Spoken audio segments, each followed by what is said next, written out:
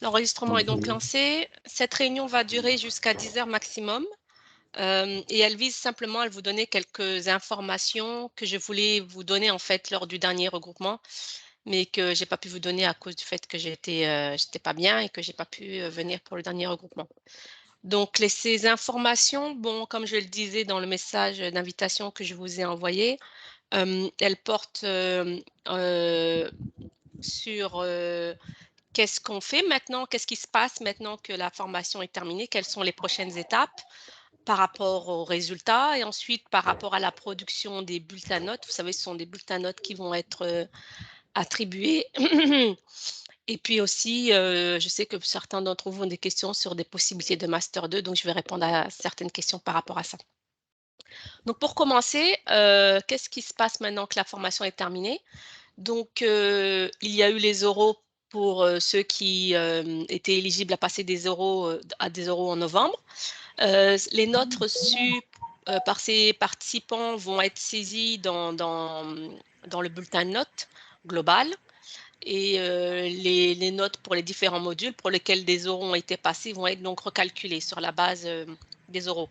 Sachant que une note obtenue à l'oral remplace pas la note du module au total, elle remplace juste la note des examens.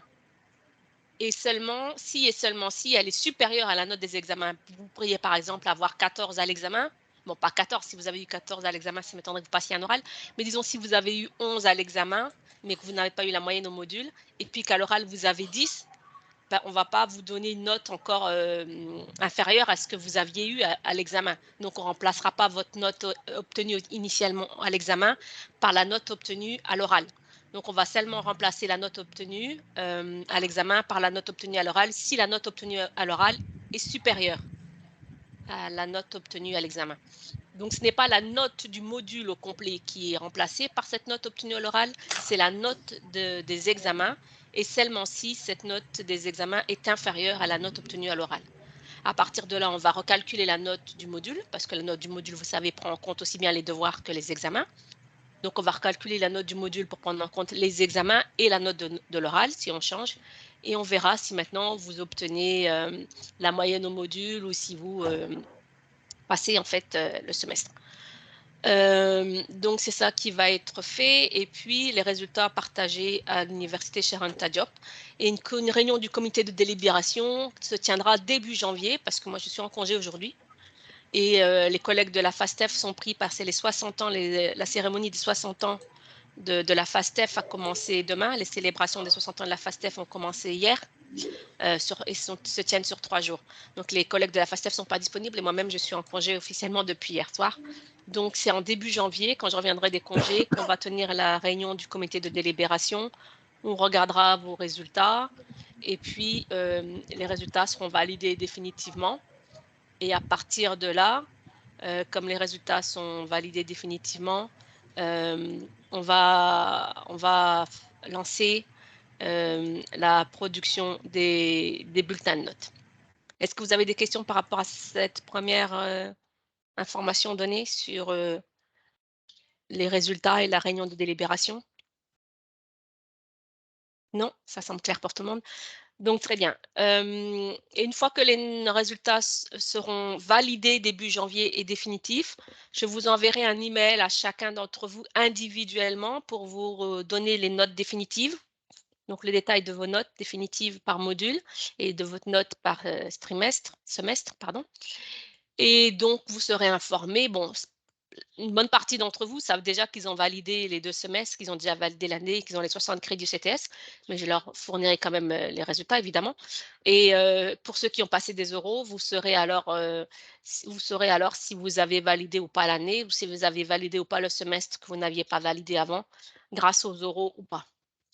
Ceux qui valident l'année, bon, ben, félicitations pour eux, ils auront fini là, et ils auront validé définitivement les 60 crédits de la formation, ils n'auront plus aucun module à reprendre et ils auront voilà, un bulletin qui dit qu'ils ont validé les 60 crédits et ils pourront avancer s'ils le souhaitent en Master 2.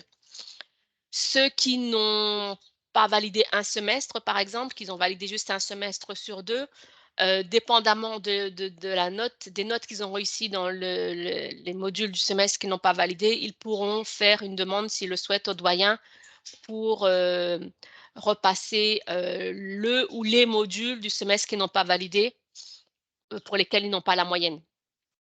Si même avec les oraux, vous n'avez toujours pas la moyenne pour un semestre, vous pouvez faire une demande officielle au doyen. C'est une demande écrite, une lettre écrite adressée directement à doyen qui lui demande l'autorisation et d'une de reprendre certains modules et de deux, si vous le souhaitez, d'être exempté d'une partie ou de la totalité des frais de scolarité. Et ce n'est pas automatiquement accordé. Le doyen, généralement, ne vous refusera pas de reprendre les modules, mais ce n'est pas dit qu'il va normalement, la règle à l'UCAD, c'est que vous deviez, toute personne qui reprend des modules doit payer l'intégralité, la totalité, pardon, l'intégralité des frais de scolarité. Donc normalement, même si vous demandez à reprendre un seul module, vous devriez payer les 2 millions de francs CFA de frais de scolarité. Maintenant, si le doyen vous accorde l'exonération partielle, il peut diminuer ce montant. S'il accorde l'exonération totale, il peut diminuer. S'il vous plaît, fermez les micros si vous ne parlez pas. L'exonération totale, alors vous n'aurez rien à payer. Mais ce n'est pas automatique et ce n'est accordé que sur une demande rédigée formellement au doyen et qui doit être acceptée par le doyen de la FASTEF. Donc ça, c'est si vous ne validez pas toujours plusieurs modules, si vous ne validez pas toujours, enfin plutôt 1 ou 2 semestres, parce que vous pouvez ne pas valider un module, mais valider le semestre. Dans ce cas-là, ce n'est pas la peine de reprendre le module que vous n'avez pas validé dans le semestre. À partir du moment où vous validez le semestre, vous avez validé les 30 crédits pour ce semestre. Donc, ce n'est pas nécessaire de reprendre un module du semestre. Donc, quand je vous enverrai les résultats après la réunion du comité de délibération en janvier, je préciserai à tous ceux et celles qui n'ont pas validé certains semestres, quels semestres n'ont pas été validés, quels modules à l'intérieur de ces semestres peuvent être pris. Et je vous rappellerai qu'il faut faire une demande officielle au doyen, comment ça se passe, etc.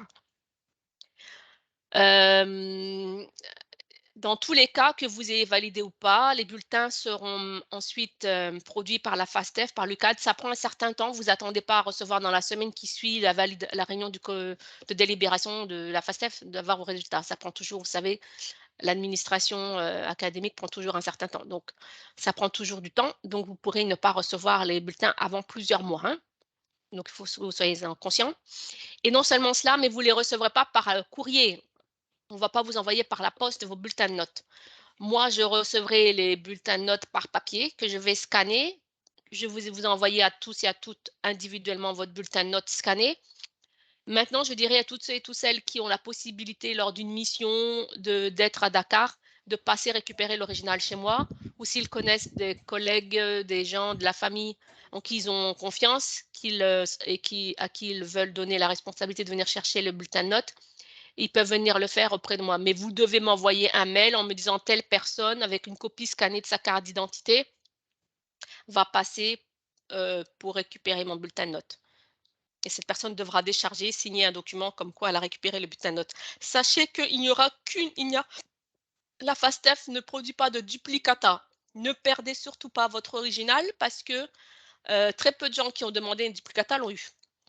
Donc, c'est pour ça qu'il faut faire attention. C'est pour ça qu'on ne l'envoie pas par la poste, parce que s'il ne vous parvient pas par la poste, c'est un problème pour nous. Et c'est pour ça qu'on vous demande si vous envoyez quelqu'un le chercher, il faut que ce soit une personne de confiance qui vienne avec une carte d'identité ou un passeport qu'on puisse photocopier, que cette personne décharge, pour que pas qu'on puisse venir nous dire ensuite, oh, j'ai pas reçu, vous n'avez pas donné mon bulletin de note à telle personne ou telle personne ne m'a pas amené le bulletin de note. À partir du moment où vous nous demandez de remettre ce bulletin de note à une personne de confiance, que cette personne vient, qu'elle décharge, ce n'est plus de notre responsabilité si elle vous la remet ou pas. Donc, choisissez très bien la personne à qui vous allez demander de récupérer votre bulletin de note. Très bien. Donc, je vous ai donné l'information par rapport aux résultats, aux oraux, comment les notes vont être réévaluées après le calcul, après la prise en compte des notes des oraux, la réunion de délibération qui aura lieu en janvier, le fait que je vous enverrai un mail à tous individuellement pour vous informer de vos résultats définitifs, la possibilité ou pas de reprendre certains modules, le fait qu'il faille demander au doyen officiellement à la reprise des modules, mais aussi l'exonération totale ou partielle des frais de scolarité. Sinon, il faudra payer l'intégralité des frais de scolarité pour reprendre. L'envoi des bulletins de notes par email et le fait qu'il faut venir chercher l'original vous-même ou envoyer quelqu'un de confiance. Maintenant, si vous n'avez pas de questions là-dessus, je peux avancer sur les Master 2. J'attends toujours que Luc, attendez, je vais renvoyer un message à Luc avant d'oublier. J'attends que Luc m'envoie les documents. Et ensuite, je vous envoie le message avec les documents qui m'ont été partagés par Luc et puis les documents qui m'ont été partagés par l'équipe qualité, Émilie et Moussa.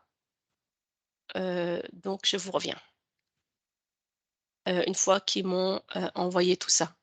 Maintenant, est-ce que vous avez des questions pour moi?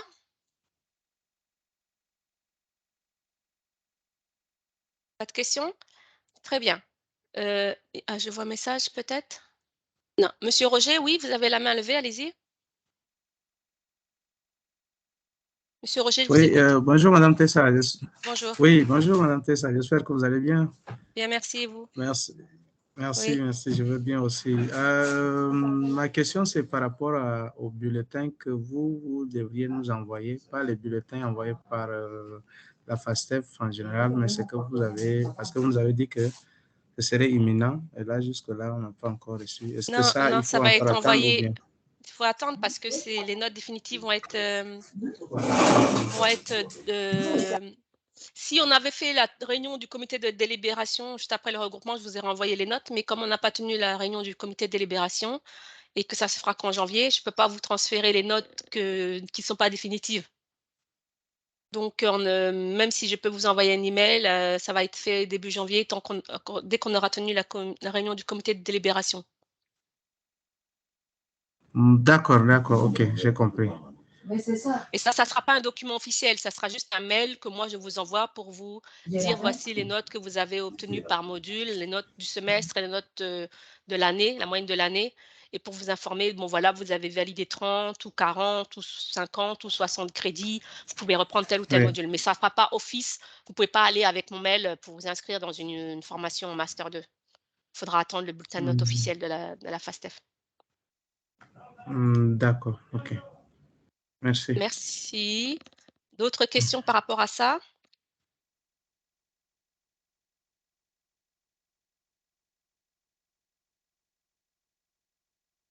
Non? Très bien. Donc, on va avancer sur les propositions de master. J'ai l'impression que M. Cissé, en fait, il a quitté. On dirait qu'il a perdu. Monsieur Cissé, vous êtes là? Vous êtes figé? Non, je suis là. Ah, Peut-être d'accord, ok. que j'ai mon Ah, truc non, qui a c'est un l'image qui est problème. figée, mais bon, ok. Donc, vous m'entendez bien? Vous n'avez pas de questions? Ça va? Oui, ça va. Ok. Ensuite, par rapport au Master 2, c'est une question qui revient souvent. Nous, à l'IPE UNESCO Dakar, nous n'offrons pas de master de formation de niveau Master 2. La seule formation académique que nous offrons, c'est avec l'Université Cheikh Anta Diop au niveau du Master 1. Pendant longtemps, il a été question de développer le Master 2, mais maintenant, on a une nouvelle direction depuis 2021 et il y a des gros travaux, des gros chantiers qui ont été engagés sur les formations à travers nos 3 bureaux de l'institution à Paris, à Dakar et à Buenos Aires. Et puis, un des points de discussion, c'était est-ce qu'on allait ou pas vers le master? Et puis, il a été décidé qu'on n'irait pas vers le master.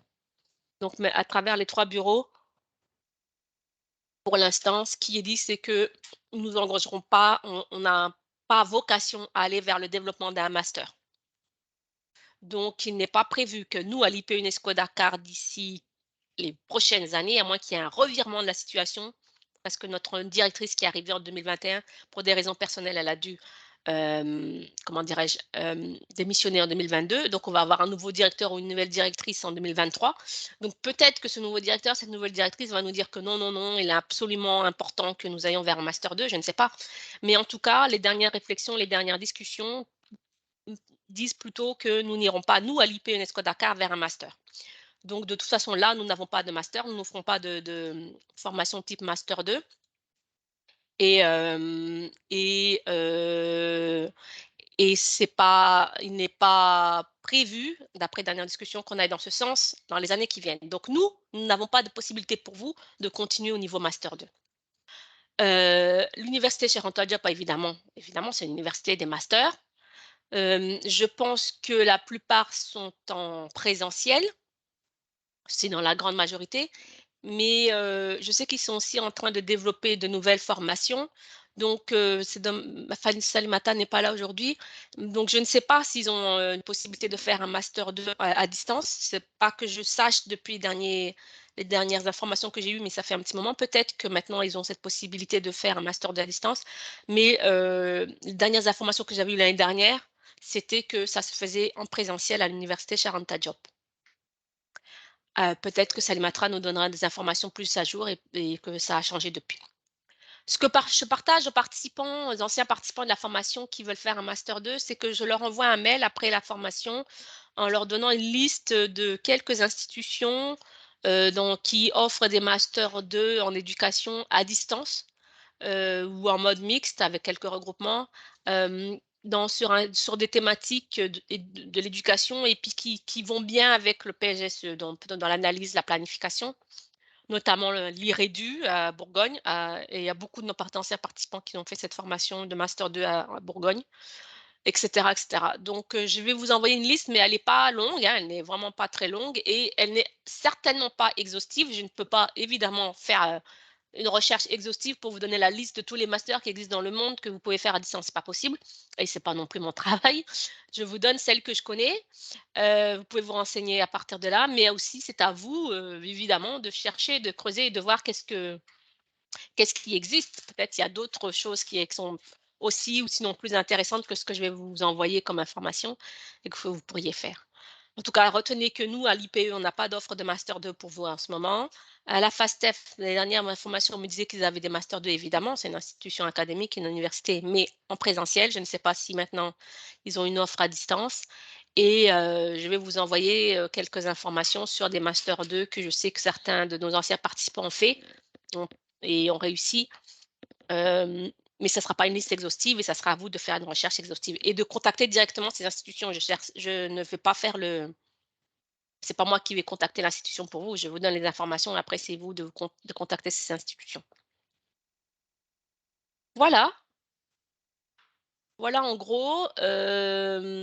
Alors, parfois, on nous posait la question aussi, est-ce qu'il y a un réseau d'anciens participants? Malheureusement, on avait il y a fort longtemps un réseau d'anciens participants, mais qui est mort-né parce que c'était ce réseau sur LinkedIn, mais un réseau d'anciens participants, ça s'anime. Il faut donc une personne à temps plein pour animer un réseau d'anciens participants, ce que nous n'avons pas ici. Et donc, on n'a pas de réseau d'anciens participants de PGSE vraiment actifs. Pas vraiment même, on n'en a pas du tout. Mais avec les nouveaux développements, les réflexions stratégiques qui sont faites au niveau de notre siège de l'IPE sur les formations, peut-être qu'il y a quelque chose qui va venir pour l'ensemble et des formés de toutes nos formations à travers les 3 bureaux de l'IPE. Donc, peut-être il y aura un réseau qui va être créé, je ne sais pas, je vous tiendrai informé, mais en tout cas, pour l'instant, il n'y a pas de réseau, nous, qu'on anime à partir de Dakar, des anciens participants de PGSE, parce qu'on n'a pas les ressources, il faut des ressources, il faut du personnel, il faut du temps, et on n'a pas cela. Ça marche?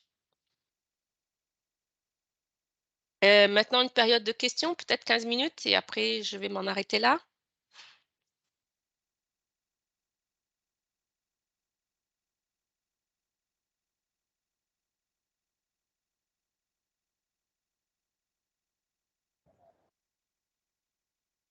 Des questions?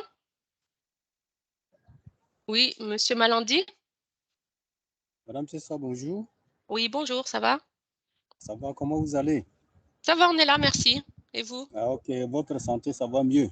Oh oui, ça va beaucoup mieux, merci, merci. Ah, d'accord. Mais vraiment, on était tellement nourris d'espoir, pensant peut-être que les informations là vont être bonnes pour l'ouverture de Master 2. Mais malheureusement, vous dites qu'il n'y a pas un Master 2 à l'UEP Dakar, ni bon, peut-être à Paris, je ne sais pas. Non, ni même à Paris. Il y en a à Paris. Ni même à Paris. Il y avait une formation de Master 2 à Paris, mais ça a été discontinué l'année dernière, quand la nouvelle directrice est arrivée et qu'elle a décidé qu'on arrêtait tout ça. Ah, ok. Mais si par hasard, d'un moment à l'autre, et que vous arrivez peut-être à ouvrir le Master 2, mais on ne sait pas Et vous allez commencer par la promotion là où vous êtes arrêté, ou bien vous allez commencer par la promotion, l'ancienne promotion, là on ne sait pas. Comment déjà, il faudrait que un Master 2, ça ne s'offre pas comme ça. Il faut développer le contenu, donc ça prendrait quelques années pour développer le contenu qu'on n'a pas. Il faudrait développer le contenu, il faudrait préparer l'appel à candidature. Après, il n'y a pas d'ordre de priorité, hein. C'est appel à candidature et puis c'est sélection sur dossier. Ah, d'accord, d'accord. On ne va pas dire que c'est la dernière promotion qui rentre, c'est appel à candidature et tous ceux qui postulent, postulent et en fin de sélection, comme on fait pour le Master 1. Mais comme je l'ai dit, bon, c'est peu probable, bon, à moins de revirement de la situation à 360 degrés ou 280 degrés, qu'on développe un Master 2. Ok, bon, merci beaucoup. En prie. J'avais vu une main levée, une seconde. C'est... Non? Pas d'autres questions?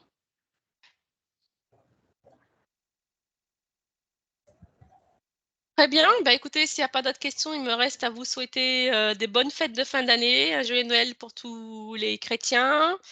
Bon nouvel an à vous toutes et à vous tous. Merci. Une belle et bonne année 2023. Beaucoup de santé, beaucoup de bonheur. À vous autant. Merci et je vous retrouverai en début d'année avec les résultats définitifs. Et j'espère des bonnes nouvelles pour tout le monde. Merci beaucoup. Merci à vous tous et à vous Merci. toutes. Allez, au revoir. Merci. Merci, au revoir. À bientôt. Je vous envoie l'enregistrement pour ceux qui n'étaient pas là. D'accord. Merci. Merci, portez-vous bien. Bonne fin de journée. Au revoir. Au revoir.